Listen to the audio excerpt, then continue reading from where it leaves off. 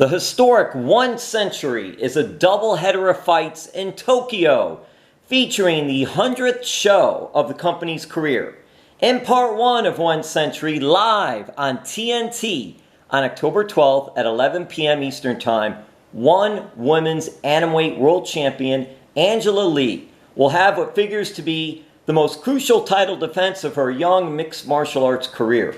She rematches one women's Strawweight World Champion, Jing after losing to the Panda via 5th-round knockout in March at One A New Era. Thank you, Angela. What does this fight mean to you? There is so much going into this fight. Not just the fight itself, but the entire event, being the 100th show for one. And now, actually, just found out that my brother will be joining me to fight on the same day. So it's all very exciting. I think that this is truly going to be a historic event. How did that come about for your brother, and how long has your brother been fighting? So we just got news of it, actually, I want to say yesterday or 2 days ago now. So it's very recent. However, it doesn't really change plans too much. Christian, he trains year-round very hard. He's the current one lightweight world champion. We've both been training alongside each other now since we were kids growing up. We're just 2 years apart in age. And so he'll be flying out with me. We're flying out next week, and we'll touch down in Tokyo and get the job done. Wow, how does that make you feel to have another family member then fighting on the card, on this historic card? It's a very special occasion. Obviously, to fight alongside my brother is such a great feeling. Just to have that support, because there's someone that's going through. There's someone so close to you that's going through the exact same journey. So to have them support is just, it's very unique. And I'm very happy to be fighting alongside Christian. I think it's going to be a good night for the both of us. Will other family members be able to attend? Definitely. We're bringing a very large team out to Tokyo. It's a very significant event for me. And whenever one of us has a big fight like this, like a title fight, we try to bring as many people as possible for just a support. When the both of you are going to be fighting on this card, and this is news to me, so this is very interesting. Do you both stay away from each other during fight day, though, just to zone in with your own fights, or do you sort of talk a little bit during the day? Christian and I have been doing this a long time now, since we used to compete, in grappling tournaments, and when we used to fly overseas to compete, and things like that. So we're used to competing with each other. We both are able to kind of tune in to the mindset we need to be in, and we pump each other up for the event. So I think it's a great thing that this is nothing new for us. It's something we've been doing for many years now, and I think that if anything, it's going to add a lot of extra motivation for this fight. What did you personally think about being a part of this historic event, 1 Century, when they came to you and said, hey, we want you on this card, we're going to have a title defense, it's going to be against Nan, and what were some of the thoughts going through your mind to be associated with this? It's all very, very exciting. I found out that I would be returning to Tokyo to defend my belt against a rematch against Xiong. So I'm excited about that because, one, I'm very determined to defend my title, and two, I'll obviously get this back against Xiong. And then later on, I found out that this would actually be the 100th event for One Championship, that they would be celebrating it in Tokyo. So that added just an enormous amount of hype going into it. I know a lot of people are going to be tuning in, especially because this is the first time they're going to do two events in one day. So it's very special. And then they added on top of that this is going to be the first ever One Championship show to be broadcasted live on TNT on U.S. television. So all of that combined is a lot to take in. But I think it's all good things. It's all very positive. It's all very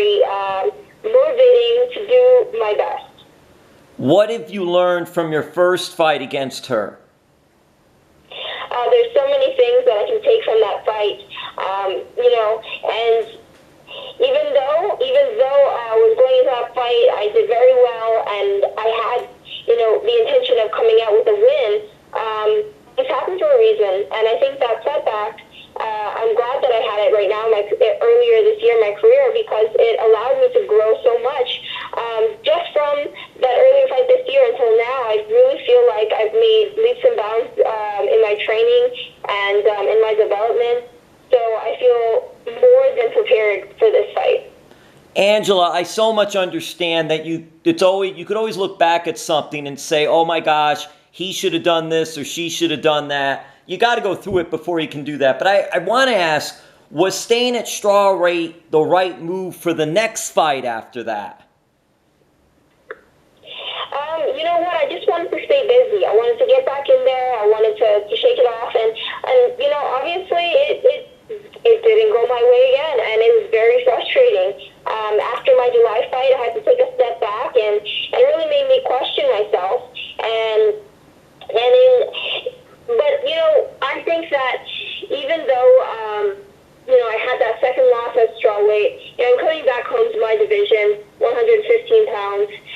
It's always so tough for me to get here, but, now in these last few days, everything's coming together, and I'm realizing, just how hard I work to get in the position I am today, and I'm going to defend this belt with everything I have. So I have a very different mindset going into this fight compared to my last previous ones. Do you think down the road at some point you would want to fight Strawweight again? Definitely. I don't feel any issues fighting at Strawweight. I don't feel any less strong or anything like that. I just think that, if anything, it was more mental. It was more mental for me, and I think after a good win, a good title defense, I'll be looking to fight in Strawweight again. You did. That's interesting because you had 9 consecutive wins. Tremendous. Then you had the 2 Strawweight losses. Mentally, what did you learn about yourself as a fighter? I learned that there's so much more growth to be done, and, losses, things like that, it's just one small mistake, and but sometimes you need that. You need to kind of keep in check and reevaluate yourself and be honest with yourself and say, hey, there's so much more I can do, there's so much more I can become, and sometimes if you don't have a setback like that, that growth doesn't happen. And so I'm truly grateful for what I learned through those defeats, and I think that it's only made me a stronger person. Tell us about what it's like to be a part of one championship.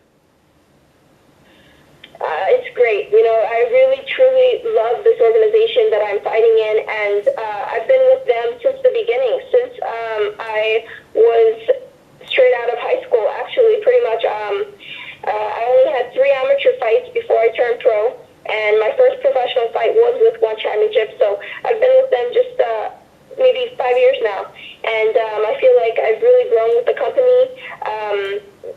It's amazing. I love everything that One Championship stands for. They're truly unique in their promotion, the way that they treat the fighters, the way that the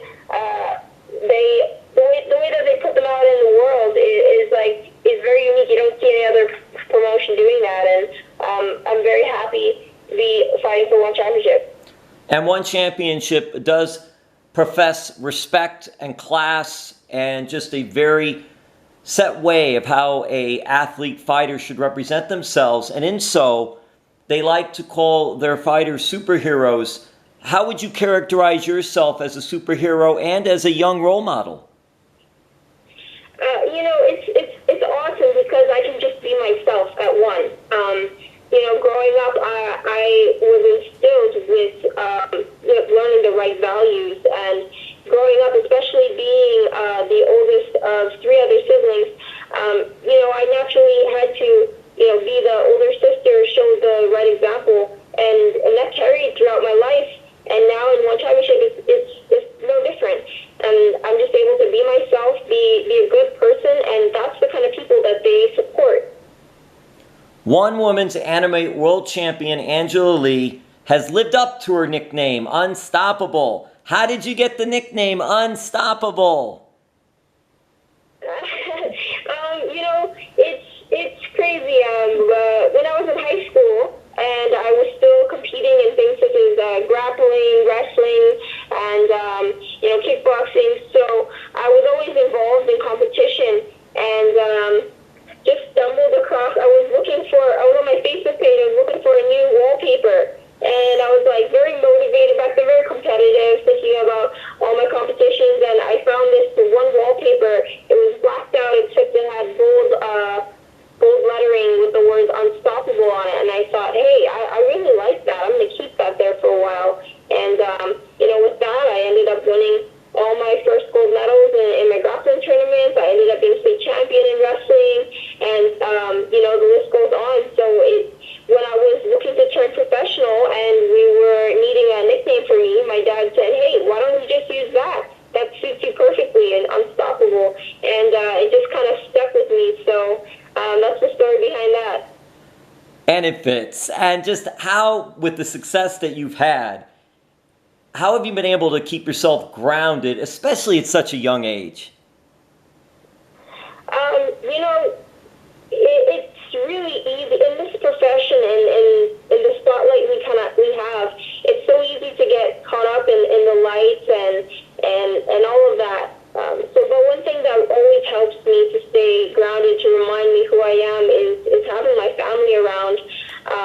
To have a group of people around you who've been with you since the beginning is extremely important, because they are the reminder that, hey, before you were this megastar world champion, you were just, you were a nice girl, and you were a good older sister, you were a good daughter, you were a kind person, and that's who you should still be. That's who you should always be, and I never want to lose track of that. I never want to lose myself in this world of fame and status.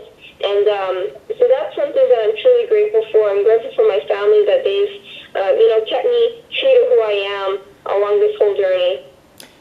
Because you were so young, did it take some time for opponents and the older community to take you seriously as a fighter? I'm not really sure. I mean, I know that going into this game, definitely all of my opponents were much older than me. But I think that, my skill kind of speaks for itself, and my skill earned me the respect that I deserved in my division. Do you have advice to other young fighters? I haven't fought anyone my age yet. I don't think so. So no advice for anybody? Oh, sorry, that's what you meant. Sorry. Yes, I'm sorry. Yes. I know sometimes with the phone and all. No. I don't know what you were answering. That's okay. I was asking, what advice do you have to other young fighters?